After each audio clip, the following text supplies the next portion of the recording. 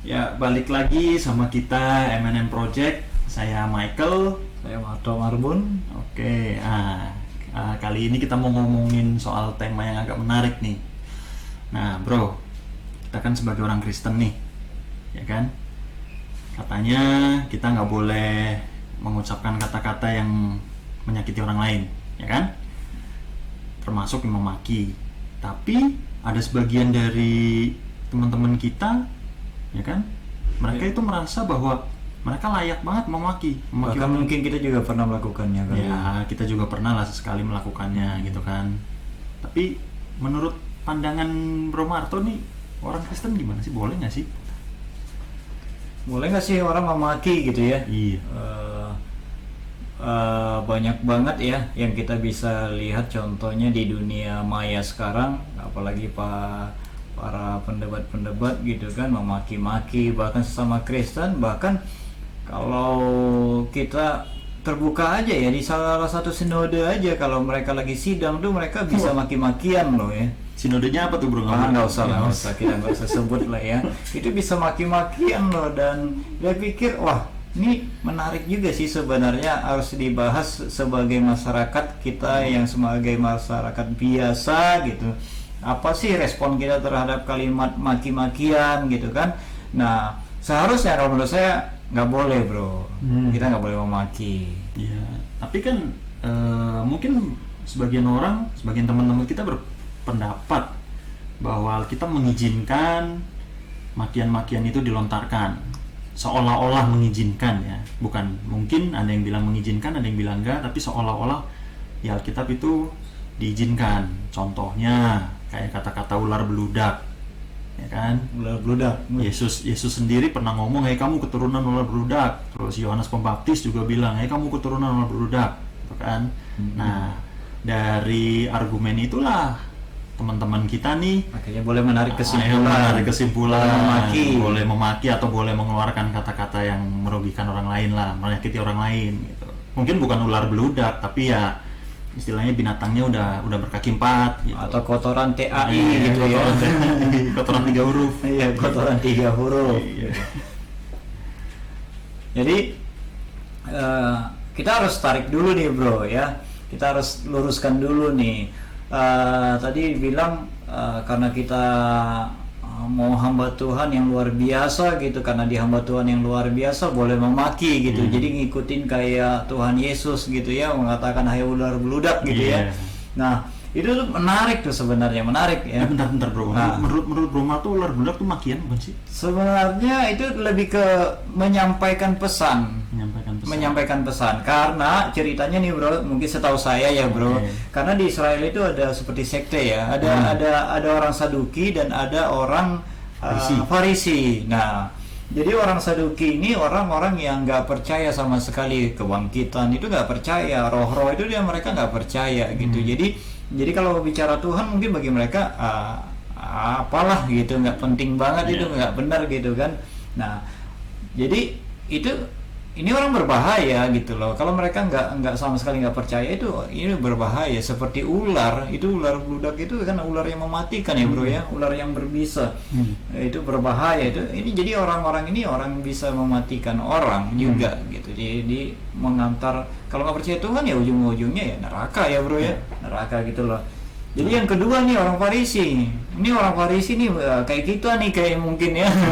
Jadi orang Farisi itu ya kayak tadi tuh menghalalkan makian gitu kan, menghalalkan makian gitu. Kenapa saya bilang seperti itu? Karena orang Farisi ini orang yang malah terbalik dari orang Saduki tadi. Ini orang ini percaya Tuhan itu ada, bahkan mereka beribadahnya rajin gitu loh. Tetapi ternyata itu hanya apa ya Kak bahasnya ya? Lip service ya. Jadi pencitraan. Ternyata mereka orang melihat ternyata ini gila ya, dekat banget sama Tuhan. Ternyata enggaknya. Ini juga orang yang bisa mematikan gitu loh. Jadi batu sandungan gitu. Kita pikir wah orang ini dekat sama Tuhan ya, percaya sama Tuhan, tapi tingkah lakunya jauh dari yang diharapkan gitu loh. Nah ini kan membuat batu sandungan dan mematikan juga gitu bro. Jadi intinya seperti itu dikatakan hai ular beludak gitu. Jadi karena mematikan itu. Nah, balik lagi kan banyak teman-teman kita juga berpikir, wah ini orang mematikan nih, kita hardik aja istilahnya, hardik lah, kita pinjam kata hardik kan. Kita hardik aja, kamu apa misalnya binatang berkaki 4. Mohon maaf ya, katain aja lah. Banyak hamba Tuhan berkata goblok gitu kan. Nah, mohon maaf ya, ini bukan, ini justru kita bahas sebagai masyarakat biasa. Kita ini bahas gitu loh. Jadi jangan sampai kita menghalalkan. Gitu. Tapi bro, gue ingat nih bro ya, waktu kita ngekos dulu ya, ada kumpulan anak-anak teologi ya gitu kan. Ini yang membuat orang itu menjadi lucu, jadi halal gitu ya. Gini bro, contohnya satu hal nih ya. Anak teologi ini kumpul, mereka main kartu, taruhan gope-gope. 500 dulu. Kecil gitu loh, itu kecil dan nggak akan sampai bangkrut gitu loh, nggak sampai miskin gitu. Tapi karena sesama anak teologi ya, sama anak-anak merasa anak-anak Tuhan, jadi itu halal gitu bro. Tapi coba mereka lagi lihat orang yang main judi, mereka pasti akan langsung bilang, wah ini orang neraka nih, penghuni neraka nih, nggak benar. Nah itu tuh yang bahaya bro. Itu yang bahaya. Jadi kayak orang Farisi itu bahaya gitu. Jadi jangan karena kita anak Tuhan merasa kita berhak. Apalagi kayak tadi memaki. Nah kalau misalnya pakai argumennya Bro Marto tadi itu, bahwa orang ini mematikan nih, ya kan? Nah saya juga mungkin saya berpikir, ya anggaplah saya ketemu orang gitu ya, saya berpikir wah orang ini mematikan nih, saya katain aja misalnya apa, anjing kamu. Karena saya berpikir kalau saya nggak berkata seperti itu, orang itu nggak akan sadar. Nah saya merasa saya berhak. Itu gimana? Jadi kita katakan kepada orang ini, mohon maaf ya, lagi ya ini kita bahas dan kita harus katakan itu biar bisa sampai pesannya ya. Jadi kalau ada, kita biar puas nih orang, biar kita puas dan orang ini tahu bahwa dia nggak sadar, jadi kita katakan dia anjing gitu. Nah ini yang bahaya bro, ini yang bahaya buat kita anak-anak Tuhan. Apalagi nih ya, mohon maaf bagi Kristen yang berbeda dengan cara pandangnya dengan saya. Ada orang hamba Tuhan yang mengaku dia terpanggil dan terpilih. Kadang itu tuh agak berbeda sama saya. Jangan ngaku-ngaku terpilih. Jangan ngaku-ngaku terpilih kalau sebelum Anda mengakhiri semua pertandingan yang Anda lakukan gitu loh. Karena yang terpilih yang sudah kita lihat nyata ya yang di dalam Alkitab. Yohanes Pembaptis terpilih, ujungnya apa? Penggal.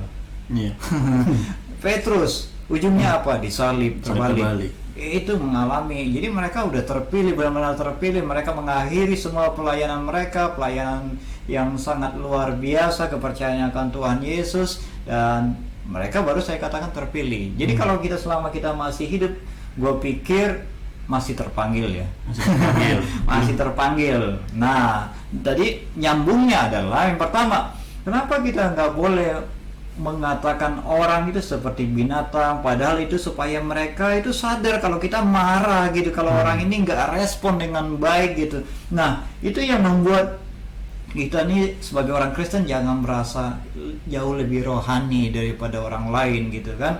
Yang pertama, kita bukan Tuhan. Satu, bukan Tuhan. Kalau Tuhan mengatakan hai ular beludak atau apapun, haknya dia. Karena kita ini ciptaannya ini.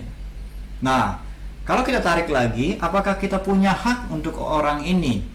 Untuk mengatakan dia anjing, kasarnya kayak gitu. Mohon maaf ya, ini supaya kita terbuka aja bicaranya. Nah, saya pikir dari kasus yang pertama, bahwa kita tidak menciptakan manusia, jadi kita tidak berhak mengatakan mereka bagian dari binatang. Yang kedua, kenapa sih tidak memakai kalimat kalau kita marah terhadap orang lain? Kenapa tidak pakai kalimat bahwa saya marah karena kamu seperti ini, gitu ya? Ya bro ya. Ya misalnya saya marah kamu karena kamu nggak mau bangun pagi. Nah, saya marah kamu telat bangun pagi gitu. Akhirnya mengakibatkan ini. Kamu bisa nggak lebih disiplin lagi seperti itu? Kenapa kita nggak sampaikan itu dengan kalimat bahwa kita marah, tetapi pesannya sampai. Daripada mengatakan anjing kamu. Nah, katakan anjing gitu ya. Jadi ya saya pikir kita harus berpegang sama yang pertama dulu. Oke. Sip. Nah, itu kan tadi kan kita berpikir kita bukan Tuhan nih. Kita bukan Tuhan ya, Bro ya. Iya, Bro. Tapi kalau misalnya bagaimana dengan kasus kayak yang orang bukan Tuhan juga nih, tapi di Alkitab, Yohanes Pembaptis juga mengatakan ular beludak, sedangkan dia bukan Tuhan. Lalu kemudian Paulus juga sempat bilang bahwa kamu seperti tembok yang dilabur putih gitu. Jadi terus ada juga dia bilang, mungkin nggak ke orangnya langsung, tapi dia bilang bahwa Raja Alexander itu sudah aku serahkan pada iblis. Gitu. Istilahnya kan itu seolah-olah kayak ya memaki secara tidak langsung lah. Itu bagaimana tuh? Itu kan bukan Tuhan mereka. Oke. Ini menarik banget nih. Mungkin ada beberapa hal yang mungkin bisa tersinggung, tapi kita lebih bagus sebagai pemikiran masyarakat biasa. Kami yang melihat sebagai ya kita bisa melihat lah ya. Dan kita harus kembali ke Alkitab semua gitu loh, supaya kita tahu itu. Nah, kita melihat Yohanes Pembaptis berkata, dia kan manusia. Nah, dia kan manusia. Kenapa dia mengatakan ular beludak? Yang pertama, kita tahu Yohanes Pembaptis itu siapa? Yohanes Pembaptis siapa? Yohanes Pembaptis, benar. Nah, tapi masalahnya adalah dia buka jalan buat Tuhan. Dia dari lahir, dari di dalam kandungan aja dia udah dipenuhi Roh Kudus. Nah, dari dalam lahir aja dia udah dipenuhi Roh Kudus gitu. Yang waktu Maria datang ke rumah Elizabeth terus ngetok pintu, shalom gitu kan. Terus Elizabeth langsung bergirang kan janinnya. Ibu rahimnya langsung bergirang. Terus Elizabeth juga bilang, apa maksudnya ibu Tuhanku mengunjungi aku? Nah, itu dia sudah dipenuhi Roh Kudus. Oke. Yang kedua, siapakah Yohanes Pembaptis ini gitu kan? Dari kecil dia ternyata udah dipenuhi Roh Kudus. Yang kedua, dia sudah tahu pada akhirnya dia akan membuka jalan dan dibunuh. Dia pasti tahu itu. Dia punya Roh Kudus selalu mengingatkan kan? Dia udah pasti tahu. Walaupun di masa akhirnya dia bilang dia meragukan itu, apakah dia benar Mesias itu yang dikirim gitu kan? Apapun itu, tetapi dia sudah tahu akibatnya bahwa pelayanan Tuhan Yesus itu akan ditentang. Dan dia akan tahu akibatnya bahwa dia akan dibunuh oleh Herodes waktu itu ya. Karena dia memperingatkan si Herodes kan, jangan memperistri siapa? Ya, intinya adalah memperistri kakaknya ceweknya kan, kurang paham sih, tapi intinya bahwa dia dipakai Tuhan dan dia udah tahu akibatnya gitu. Jadi udah kepenuhan Roh Kudus. Jadi orang-orang Kristen sekarang, apakah mereka sudah yakin bisa seperti Yohanes Pembaptis? Itu. Nah, seperti Paulus bilang, Paulus sih sebenarnya lebih ke pesan ya, bahwa kamu tuh jangan seperti tembok yang dilabur putih, kelihatan bagus dari luar gitu. Wah, dicat, mungkin sekarang cat ya bahasanya ya, dicat putih bagus banget gitu. Tetapi waktu dipecahin batu itu kayak apa di dalamnya gitu loh. Kamu jangan seperti itu gitu. Jadi jangan kelihatan di permukaan aja bagus, tapi di dalam juga harusnya lebih bagus gitu, bro. Dan ingat lagi, Anda bisa seperti Rasul Paulus enggak? Bisa seperti Rasul Paulus enggak? Atau mungkin ngalamin yang seperti Rasul Paulus apa enggak? Buta dulu kan? Dibunuh dulu, kasih buta dulu malah gitu loh. Anda udah mengalami buta dulu enggak? Atau dikejar-kejar sama orang ya, imam-imam ya? Mau dibunuh, setiap apa kan dibunuh ya. Setiap penginjilannya dia diuber. Iya, setiap hari dia diterjang maut. Di laut, mau dibunuh sama laut juga dia. Ya, oke. Nah, itu menarik sih ya.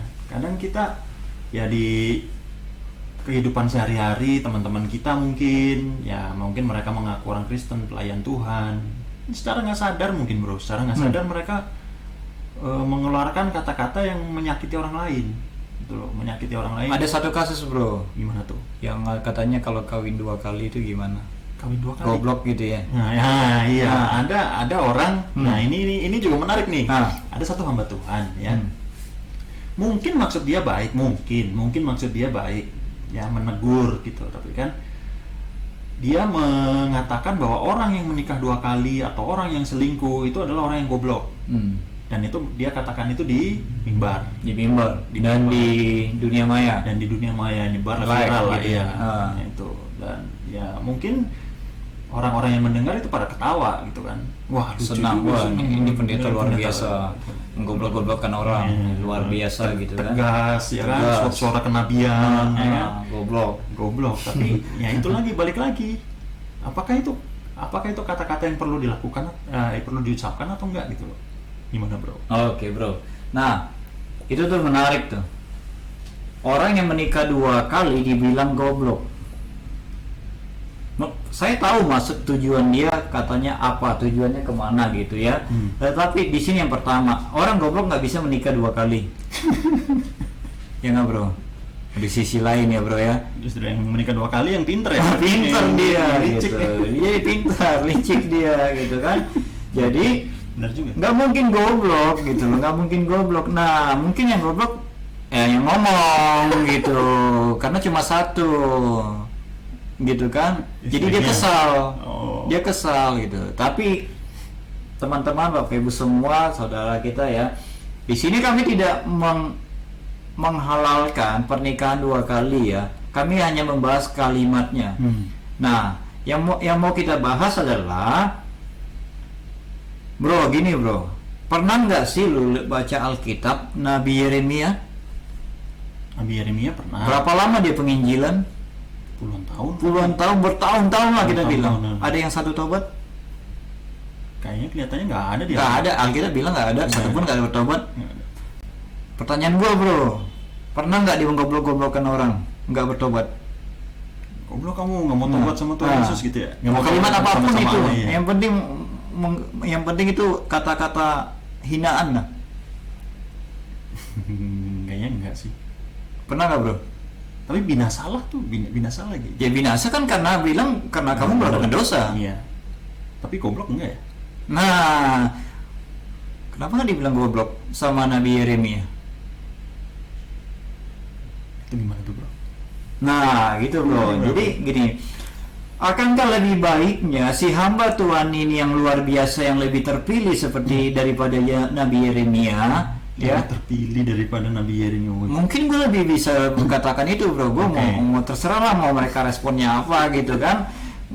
Karena gini, waktu gue baca pun ya kata binasa kalau kamu nggak bertobat, ya itu sesuai Alkitab gitu loh. Tapi itu bukan makian mungkin. Bukan makian, itu pesan, dosa, akibat dosa kamu binasa kan gitu bro. Istilahnya kayak kalau makian itu istilahnya gini, kalau anak kita misalnya lagi jalan di tengah jalan mau ketabrak, minggir itu nggak mobil. Nah, itu kamu mati nanti. Iya, gitu. nanti kamu ketabrak sakit gitu kan, misalnya gitu. Itu binasa lah. Tapi kalau misalnya anak kita di tengah jalan, goblok belum pakai mata dong, itu mobil nggak lihat. Nah, itu kan kayak gitu tuh bro.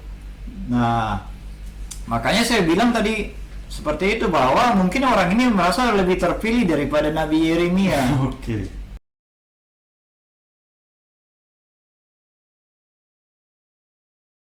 Tuhan Yesus bilang, "Hai goblok, sini bertobat." Aturan ini, firman Tuhan inilah yang kita sampaikan dengan baik, bahwa urusan dia terima nggak terima dikembali ke dia. Jadi dia lebih, hamba Tuhan ini lebih hebat dari Musa dong. Bisa jadi bro. Mungkin dia berpikir bahwa, ya kan, mungkin dia berpikir bahwa Musa itu melakukan kesalahan.